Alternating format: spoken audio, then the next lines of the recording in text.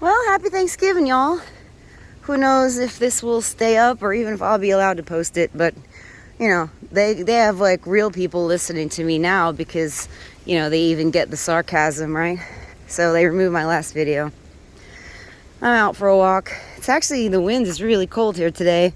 It's kind of how you would know that this used to be part of the plains. There used to be all sorts of buffalo around here, and the Comanches. This is Comanche country, and when I was little, my friends, my sister and our little friends, we used to, run around digging, and we would dig up all the arrowheads and things like that the Comanches around here used to use. But, thankfully the government got rid of those evil bovines, and they were farting so much. That's why, the climate has been so good since we killed the 200 million or however many millions of buffalo that used to be here. Actually, there's a really neat museum up in Oklahoma, the Plains Museum, and also the Comanche Museum, and they have the skeletons of the ancient, aurochs that used to be here. You never see anything like it in your life. I mean, these cattle have heads that are the size of a small car's hood, and their horns are 15 feet across. It's just unbelievable how big those animals are, or were. It's one of the smart things humans did, is we bred the dwarfs to the dwarfs so that we could get an animal that's, a quarter of the size of an auroch. Because aurochs, I think they weighed about 4,000 pounds, and now your average cow, she's about 1,000 pounds. Bulls are heavier, they're probably 2,500 pounds, but you only need one of them. Anyways, so we're getting ready, me and my family, since none of us are fochinated. We're getting together, and we're gonna roll around in our germs and help improve our bioweapon status for when we encounter the fochinated out in public. Oh man, I'm just glad that the people that I'm meeting today are not the idiots, That's the good news. Should be good. I'm out for a walk because, I don't know, I typically don't eat much besides meat and milk and eggs because of my injuries, so I know there's going to be a lot of food there today, but I just know that I always feel so bad. We got this gas plant down the street here that I just walked past. They're always taking the gas out, shipping it here and there. But I don't know. I don't usually eat too much stuff that's bad for me because I just instantly feel bad. It's interesting. I didn't feel like that before I got hurt, right? I was young when I got hurt. I was 26, so. But it was weird because as soon as I got hurt, I started realizing I don't get any energy from my food. I don't feel good. Whenever I would eat, wheat, corn, rice, beans, anything like that, I just would feel awful. And my skin would break out. And that's one of the reasons why I went to the library and I checked out every book on nutrition. And even back then, so this is 2003 when I started realizing, wow, once I got out of the hospital and stuff like that after breaking my neck, I realized man, no matter what I eat, I don't feel good. And even back then they were like, oh, you need to eat more vegetarian. So I was thinking to myself, oh man, I'm probably going to have to start being a vegetarian. And then I checked out all these books at the library and I read them. And the last 3 books I read made the most sense, which were Neanderthal, the Paleo Diet, and Syndrome X. And I kind of thought to myself, these books make the most sense, especially growing up on a farm. And I know that humans cannot graze. We don't have that kind of setup. We don't have a rumen that uses bacteria to digest plants and to turn them into volatile fatty acids, amino acids, and B vitamins. So that's why when you see a bunch of cows in a pasture and there's no grass left, they don't start eating each other. But I'll tell you what, anytime humans are around, and there's no food, there's no animals, they start eating each other. That's how you know what you are. So, anyways, lots of crazy stuff going on, but I'm not really allowed to talk about it. I don't know. I think my Instagram does better, although they're already starting to ask people, if they want to follow me because I'm so dangerous. I'm not really dangerous. I'm pretty boring, actually, but whatever.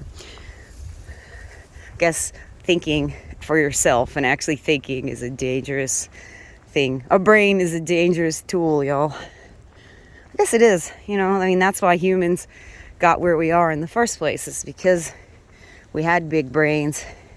Now we're acting like a bunch of sheep. It's pretty interesting to see that a pack animal, can be trained and conditioned so well to not think at all. I mean, you can't do that to a lion or a hyena, right? Like, you would never really get one of these pack animals, a wolf, you would never really get it to do things against its own better interests, really, right?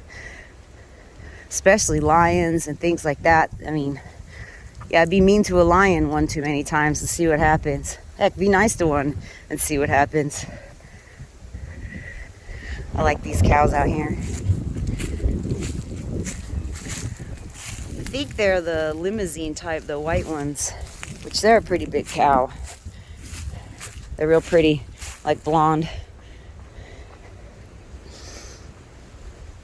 So what are y'all doing for Thanksgiving?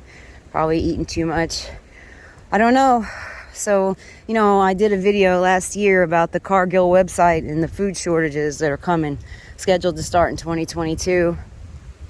It's seeming to start now. I mean, so I work in construction, and like one of my concrete subs was complaining the other day that he can't get plywood in New York City. So he had to send a trailer all the way to Pennsylvania to buy plywood.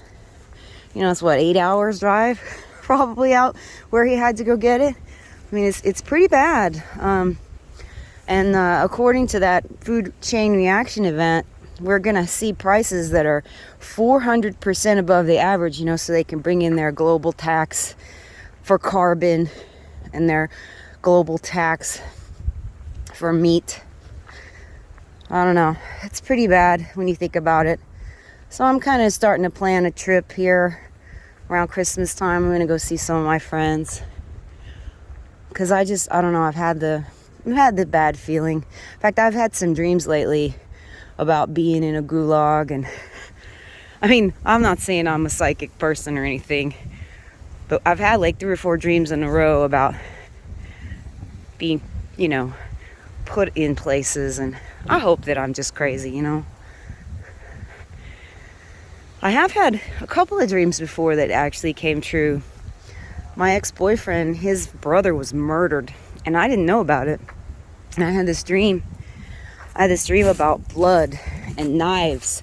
And I mean, it was just so, it was just so real feeling that I woke up and I went looking in the newspapers in Colombia, because that's where he was. And thankfully I can read Spanish, and I saw that he had been murdered, and he had been stabbed to death by 2 homosexual prostitutes, 2 guys that he had over his house. They were young too. He's like 40, and these boys, one was 16 and the other was 18.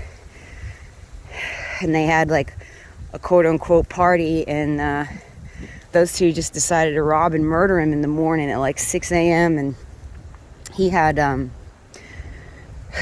been screaming, muerto, they're killing me. And the neighbors had called the cops, and the cops showed up and knocked on the door, and the brothers put their hand over his mouth and stopped stabbing him for a minute until the cops went away. And then when the cops left, they finished him off. It was pretty gruesome. I would prefer not to have dreams like that. But I hope my other dream, this one about the gulags, is wrong. I certainly do. I don't know. Seems like some people are awake, but it seems like others are just not seeing what's going on. I can't believe this is our second Thanksgiving in the stupid normal, right? Although things are pretty normal around here unless you try to go to the Mavericks game, then you have to have proof. And then, like, we went to the Cowboys game. I guess it was the weekend. Was it last weekend? Yeah, I think it was. Or no, it was the weekend before last. And my sister and we met up with a couple of her husband's friends who have season tickets too. So, I mean, it was pretty awesome, you know, that most people were not wearing a muzzle, and the only people I saw actually wearing one were a few of the people that were, you know, working there. Man, I hope this wind doesn't make it to the end of this video, because it is kicking up. Guess it'll help me burn calories on the way home, because on the way up here it was like someone had their hand on my back and was pushing me. It was good. I don't know, things have been kind of weird. Like at work, my boss quit, so it's been a rough week. And I'm working on some work here in Texas, which is good. I don't know, my mom is kind of like, I want you to find a job here in Texas. So, I don't know. I'll see what I'm going to do. I've really liked working from home. I always wanted to work from home because of my neck. I just knew it would make me feel better, you know, to not have to commute and not have to be in a suit and heels all the time at work. And, you know, like at work, it's like your makeup has to be perfect and your hair has to be good. And, you know, like you always have to be ready to talk to clients and stuff like that. And that's stressful. It's better when, you know, I just get out of bed like 15 minutes before I have to start working and take a cold shower and put on some gym clothes, because I usually go to the gym after work, or at least I go walking. But, you know, I didn't want the whole world to be locked down for my wish, you know. Unfortunately, what I was wishing for came true in the worst way. I had no idea. I guess I need to be more specific, you know, like when they have those movies and they show you about the genie and the genie gives you your wish and it's not what you asked for. What was that movie with Elizabeth Hurley where she was the devil, you know, and the guy was like, I want to be rich. His name's Brandon. I forget what his last name is. He says, I want to be rich, and the devil makes him into a drug lord. And he says, you know, he wants to be married to this girlfriend of his that doesn't really like him all that much. So he's married to her, and she hates his guts. I mean, when they say be careful what you wish for, I guess. Very specific. Well,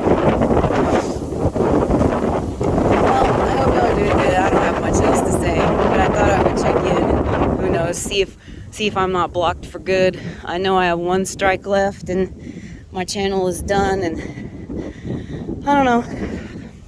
I'm a one-shot, one-kill kind of girl. Like, when they take me down, it's over. Like, they took me down on Twitter for posting the MSDS for Thimerosal, you know, because that is medical misinformation. The MSDS, what is used to ship these chemicals all over the world, is now considered medical misinformation. So Twitter shut me down, and Facebook shut me down a couple of years ago, and now YouTube will probably be after me too, but you know what? Fuck them. These people, if we ever get out of this, all these modern Nazis, man, they better watch out. They better hope that the mark of the beast system gets set in place, and that, you know, they get their little mark and they get to serve the beast and all of that, and that those of us who have a brain and would remember what they did and what they are, that we don't get a hold of them. That's all I can say. They better be hoping and praying to Satan that things work out for them. Because if I have anything to do with it, I will fix their wagons.